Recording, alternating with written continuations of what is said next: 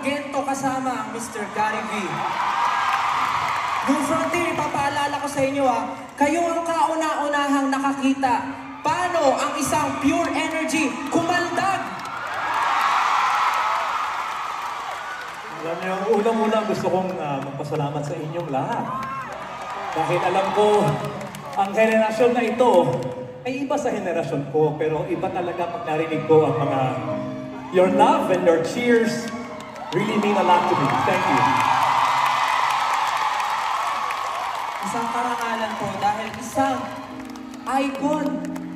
icon ang nag-gento kasama namin ni Julie. Sir Gary, maraming. Can I just say something? Wala akong choice kasi siya ang nagkaroon ng idea na to, na gawin ko ang gento. Tapos ang director pa ng show, anak ko si Paolo, wala akong choice. Tapos Julie pa. So sabi ko, sige, subukan kong gawin.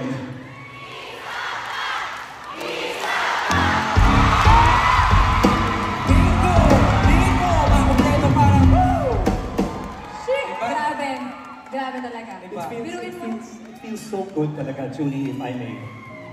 And I'm speaking on behalf of artists like myself na medyo matagal-tagal na rin sa industriya, 40 years. And kailangan kong sabihin ito. Kanina ko pa sila naririnig backstage, kahit hindi ko sila nakikita kasi naririnig ko sila dito. These are not just artists we have here. These are outstanding artists. I'm being very honest with the both of you right now, okay? You represent SB19. Hats off to SB19. Napanood ko ang concert nila sa Araneta Coliseum. Julie, there are many female singers, but there are very few extraordinary female vocalists. Masasabi ko ngayon na ang kalagayan ng OPM ay nasa mabuting kamay.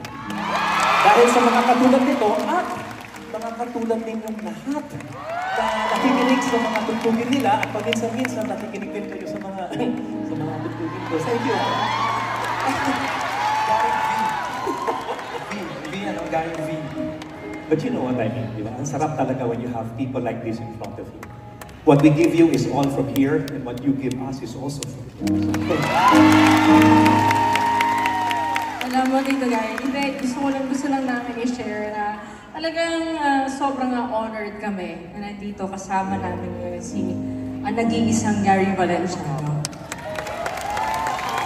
Nakakaiyak, no? Kasi dati pinapanood lang namin siya, pinakikinggan lang namin yung mga songs. Ngayon, nakakasama na namin siya. I know. It's really an honor for me. Kasi hindi ko akalain na tatagal ako ng ganito sa industriya ng musika. Tapos ngayon, biglang, Gary, do you want to guest in Julie and Stell? Sabi ko, why not? Gagawin mong gento. Ha? Ako, Direk Pao, lagot ka. Pag uwi, talok ka kay Daddy. No, I mean, hindi eksaktong perfect yung pagkagawa ko, pero... Hindi! Perfect! Perfect! It was perfect! Perfect!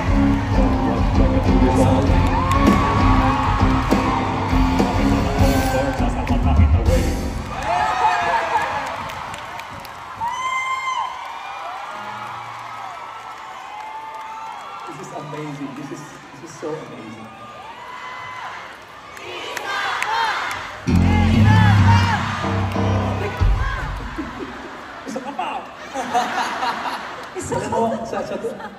Let me be honest, since everybody's been honest with each other, this is probably one performance I was really, really nervous in doing.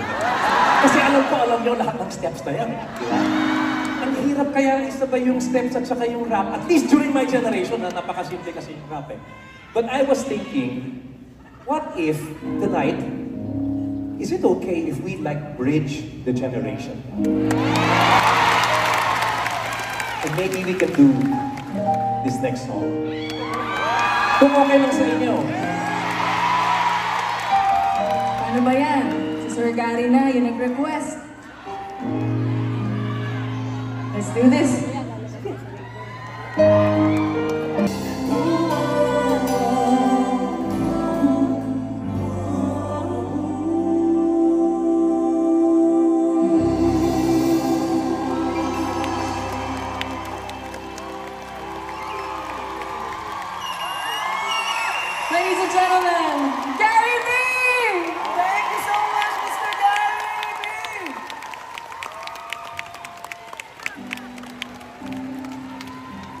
you, everyone. God bless you all. Thank you. Once again, Mr. Gary Valenciano, everyone!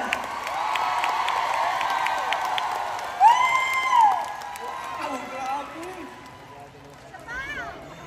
Hindi ako nakapaniwala. Grabe. Iba. Unang-una po sa lahat, maraming salamat, Josh. Nung first day, may Raver, Wow. may Pablo, Yes. meron tayong Four Tenors, meron Music tayong with Me. Music with Me, tapos meron tayong malapit na banda, tapos ngayon naman meron tayong Josh Cullen, Yes. tapos may Gary V. Sino ba naman tayo? Di ba? Oh, Julie Stel. Oh, nakalimutan ko. Pero maraming salamat po sa lahat ng taong nandito ngayon. Kayo po ang naging saksi na natupad po ang mga pangarap.